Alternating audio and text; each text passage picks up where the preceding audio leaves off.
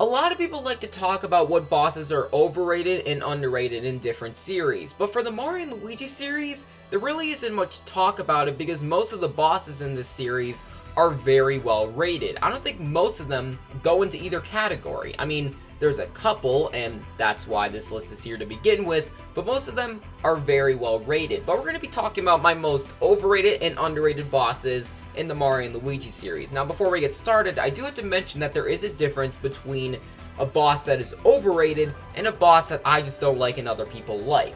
Now, the difference is that a boss that is overrated has praise that I personally don't think is deserved, while a boss that I just don't like and other people do, well, the praise is deserved. That's really the main criteria I have for this list. Bosses that have praise and deserve it will not be on here, and that works vice versa for underrated. So, let's get started into this video. Before we get started, make sure to leave a like. Let's try to hit 100 likes, and also make sure to subscribe. I'd really appreciate that, but other than that, let's get started on this video.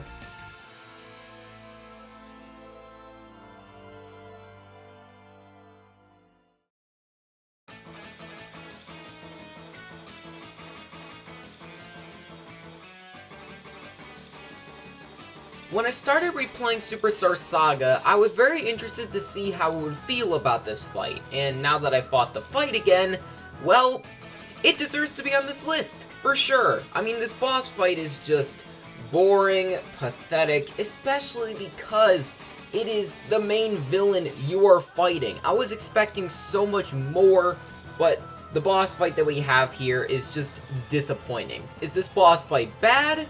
Not really. Again, it's just disappointing for who we're fighting. I mean, the attack where if you get hit by it, you get heavy G is good. That's really the only good attack, though. Cackletta splits herself into 3. It's really easy to figure out which one's which, so it's not really that much of an effect on the fight.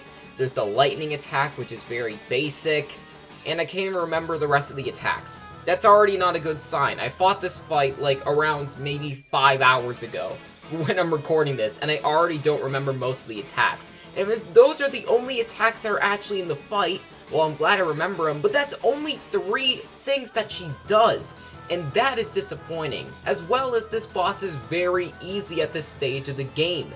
So because of this, it's very disappointing. I mean, the main reason people probably like this fight is because you're fighting Cackletta. For me personally, that isn't enough. The boss fight has to be good, not just the character you're fighting, and that's why I do think it deserves to be on the overrated list.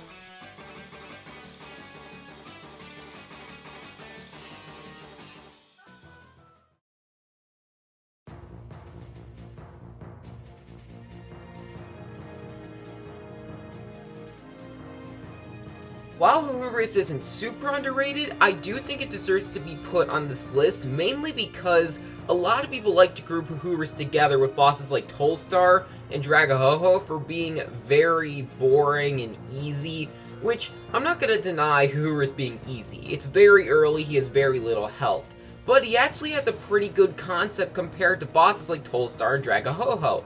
Tolstar has no concept, and Dragahoho has a concept where he gets shrunk, but once he spits out the rock, the concept is just thrown out the window. So, in that regard, the concept doesn't really work. But here with Hubris, it's actually interesting, especially for this early in the game. You have 2 pillars, you have to destroy both of them, so he actually moves to a different pillar.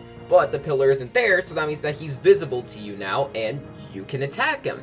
That's very interesting. It actually keeps you thinking, especially because if you have advanced bounce bros, it does make this somewhat easy. It's not very difficult to get rid of both of them, which is nice because you don't want this boss fight being too difficult, again, very early in the game. So honestly, for an early boss fight, I think Hubris is pretty decent. I mean, it's not great or anything. It's not super memorable. I get why people don't really care about this boss fight, but to be honest, I do think it should get a little bit more recognition, and it should definitely not get grouped together with bosses like Tolstar and Dragahoho. It's just not what it deserves.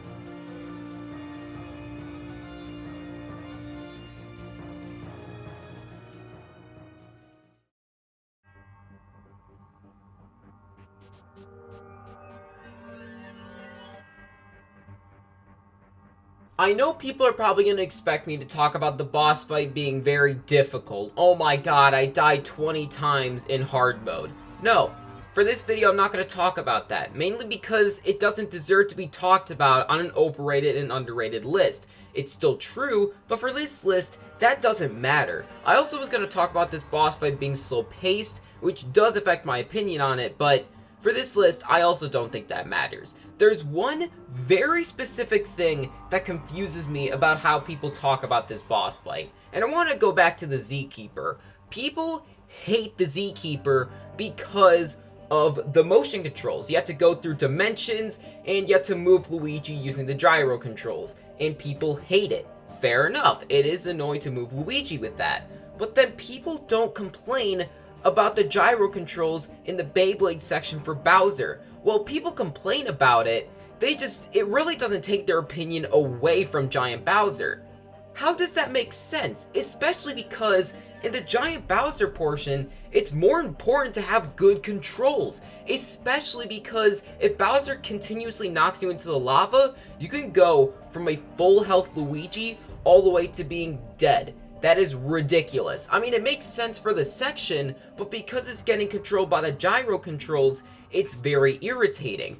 And for the Z-Keeper, I mean, you can lose a decent amount of health, but if you're at full health, you're not gonna die. And this very much aggravates me because honestly, I think overall, people have their least favorite giant battle as the Z-Keeper because of this one reason. It doesn't make sense to me anymore. People hate the boss fight because of the motion controls, not because of the concept of the Z-Keeper constantly running away, not because of its attacks, except for, of course, the dimensional travel.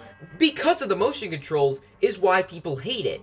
But it doesn't carry over to Giant Bowser. That makes zero sense to me, and that's why I do think this boss fight is definitely a little bit overrated, and it's not at number 1 because it's not a big enough reason. And obviously some stuff about this fight is still great. I think the attacks from Giant Bowser is good, and I think that the last falling star segment is interesting. So it doesn't deserve to be at number 1, but it absolutely deserves to be on this list.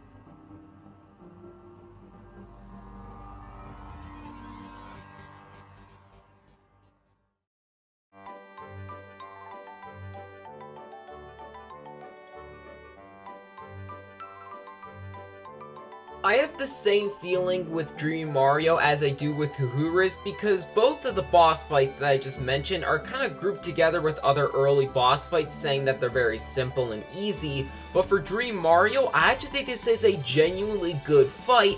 With Huhuris, I think it's okay, but with Dream Mario, it actually is decent. I do like this fight, and it's very impressive too because this boss fight doesn't have any Luiginary attacks. You can't use any. You don't have any up to this point yet. You can only jump. But the boss fight is interesting. I mean, there's a decent amount of good attacks, and Tazma puts all the Marios into star form, and they chase after you in a 3D section, which is kind of cool. I mean, all the Marios charge at you, and you have to jump on the real one, or the fake ones, it's up to you. And then Tazma comes in, and then shoots mushrooms, fire, and coins at you, which is interesting. The main thing about this fight, though, that's most interesting to me personally, is that you can defeat Dream Mario 2 ways. You can either jump on Dream Mario itself, and it gets rid of all the copies, and obviously it does a lot of damage, but not many of the Luiginaries actually jump on the real Mario when you do that. It's just normal Mario, and that's it. But if you attack one of the fake ones that's close to it, you can have all those Luiginaries jump on the real one. And that's just very clever, and I do like that way of trying to defeat Mario. It's interesting to think about. And honestly, it's something that you really wouldn't expect that early in a boss fight, just like I mentioned with Huhuris, but this concept is more interesting to me. And honestly, I think the attacks are better, which is why I think it's better than Huhuris. A lot of people forget about Dream Mario, which makes sense. I mean, you don't really have any Luiginary attacks like I mentioned, but honestly, I do think it's a very underrated fight, and I do think it deserves to be talked about more.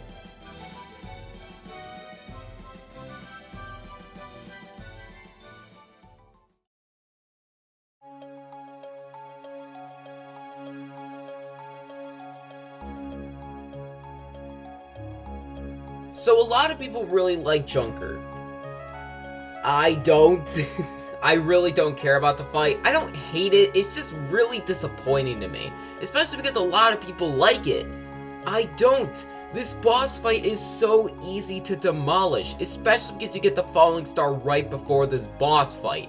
You can defeat this boss fight at 4 turns max because of how overpowered the falling star is. The developers gave you the falling star, but they didn't do anything with the boss fight to compensate for it, which makes the boss fight extremely easy to destroy. I don't really get how people still like the fight even with the falling star in their arsenal. Maybe they were under leveled so they can actually experience the boss fight. Maybe they just didn't have the falling star. Maybe they just didn't use it. I don't know what it is, but honestly, because you have the falling star, it just makes this boss fight automatically worse. I've never been able to experience the Junker fight because I always have the falling star, and it's not like I'm not going to use it. I love using the falling star. So because of that, Junker I've never had a good experience with. And you guys may be confused that I'm talking about difficulty, because I talked about in the Giant Bowser segment that I shouldn't include difficulty on this list, which that's a fair point. The main reason why I said it there and I'm not going to say it here is because the main reason I hate Giant Bowser is because of hard mode, and that's a difficulty that you get after playing the normal game. And for Junker, you're playing the normal game. Also, the fact that the developers gave you the falling star before the fight, so they expect you to have the falling star before it. So they didn't compensate it, that's on them, and that's why I think the boss fight is overrated, and why I still think that talking about difficulty is valid for this fight specifically. So, people, I don't get your love for Junker. Maybe you guys have actually experienced the fight, but for me personally, I just think it's very overrated.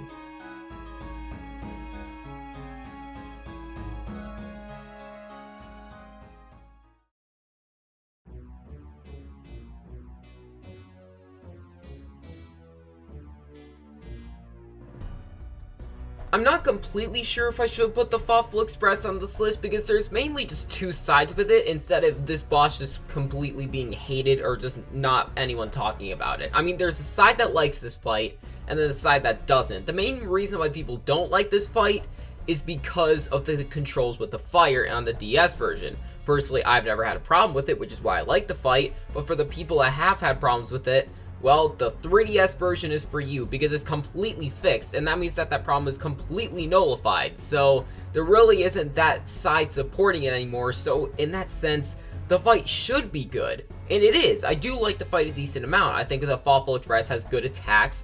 I like the concept of it running away, and you have to defeat it in that short period of time, which makes the boss fight not as long as it could have been, which is a great thing for me personally.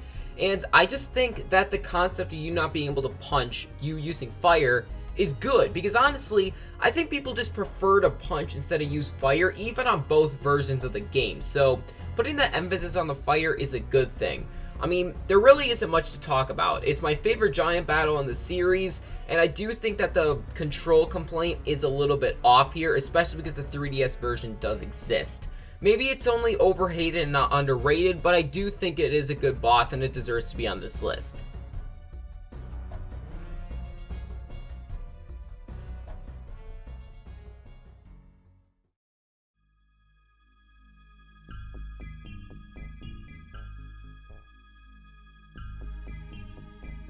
I'm not completely sure if Cretin is an overrated fight either, but to be honest, I hate this fight, so I honestly don't care if it is or not. I just want to talk about why this fight is genuinely bad. Junker I thought was disappointing, but Cretin, my god, I do not like this fight. There's a couple of reasons too. Obviously the concept at the beginning I used to like, and I do think that trying to figure out which one to jump with Mario and Luigi and which specific one to jump onto is decent. The problem is that it takes so long to do that it's just not worth it to me anymore. I don't like the concept.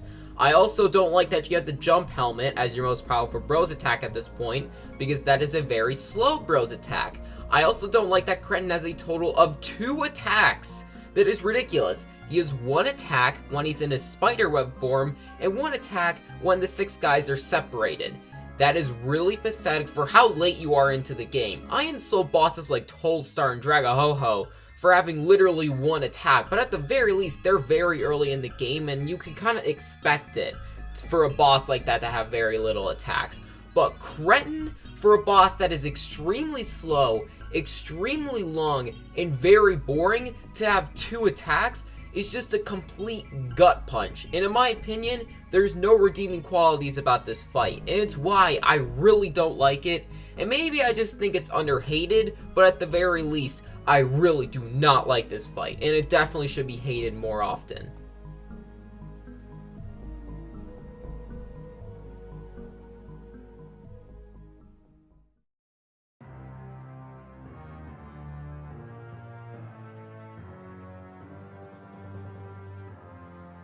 This is my favorite fight out of every single one in the top 5. It isn't number 1 because I do think that people acknowledge that it's a good fight. The only thing about it, though, is that people think it's kind of unmemorable because most of the bosses in Paper Jam are unmemorable, which I do agree with, and that's why it's also number 2. But the thing about this fight is that it has such unique attacks. You get the barrel attack, where you have to try to jump with the bro that's under the barrel, but you're not exactly sure which one it is. There's the paper airplane competition, which is cool. You have the huge cannonball, which is a very unique attack. Obviously, it gets reused because it's such a good attack in the Iggy, Morton, and Lemmy fight, which is always cool. And honestly, I think they actually have a decent amount of health, which means the boss fight isn't super easy. And the other thing is that they have a little bit of a concept where you can't hit them from the side, you have to hit them on the top. You have to somewhat jump on them, which in my opinion is good. It's a very simple concept, but honestly, you don't need that much of a concept for this type of fight specifically. Honestly, I think this is a great fight. It works really well, and I think the only reason that people don't talk about it is because it's specifically from Paper Jam. But it is a great hidden gem from this game, and I absolutely think it should be talked about more.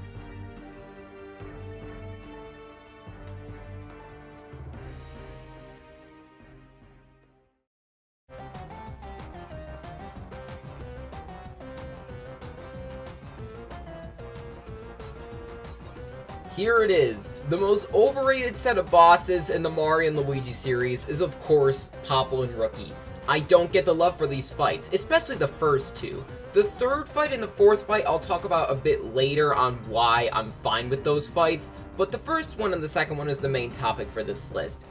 These bosses are so freaking easy, it's ridiculous, especially the first one, and even the second one. I don't think they increase in difficulty at all, which is not good, because you don't really increase that much in strength, which, again, is really stupid. The first boss fight you have with them, they have a total of 3 attacks. Popple can run into you, Rookie can throw hammers, and sometimes, guys, Rookie can breathe fire. And this attack is basically the exact same thing as a hammer attack, except you need to jump instead of use your hammer.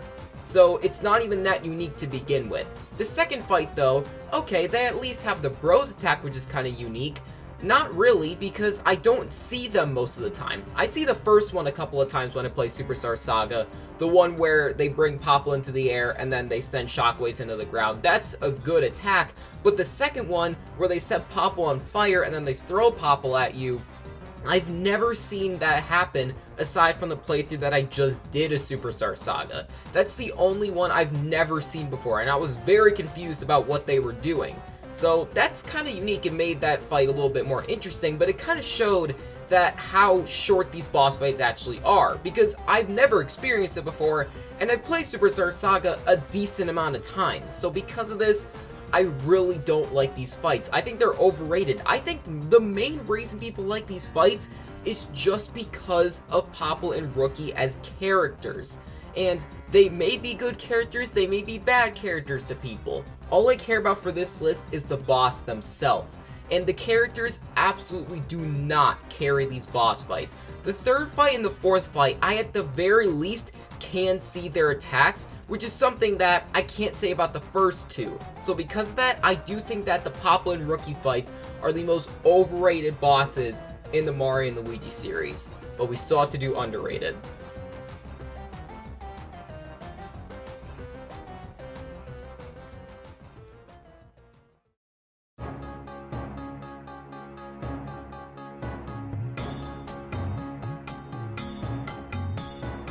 The bosses and partners in Time all have really good concepts. Bosses like the Commander Shroob have the big bomb.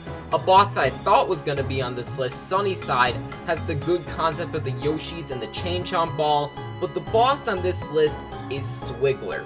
I think that Swiggler is the most underrated boss in the series. I thought people would just find Sunnyside fine, and I thought that would put this at number 1.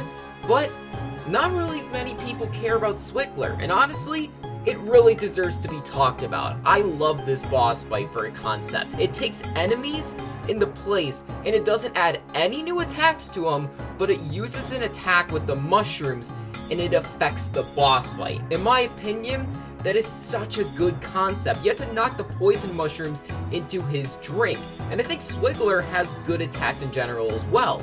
If you attack him, then he sends shockwaves at you.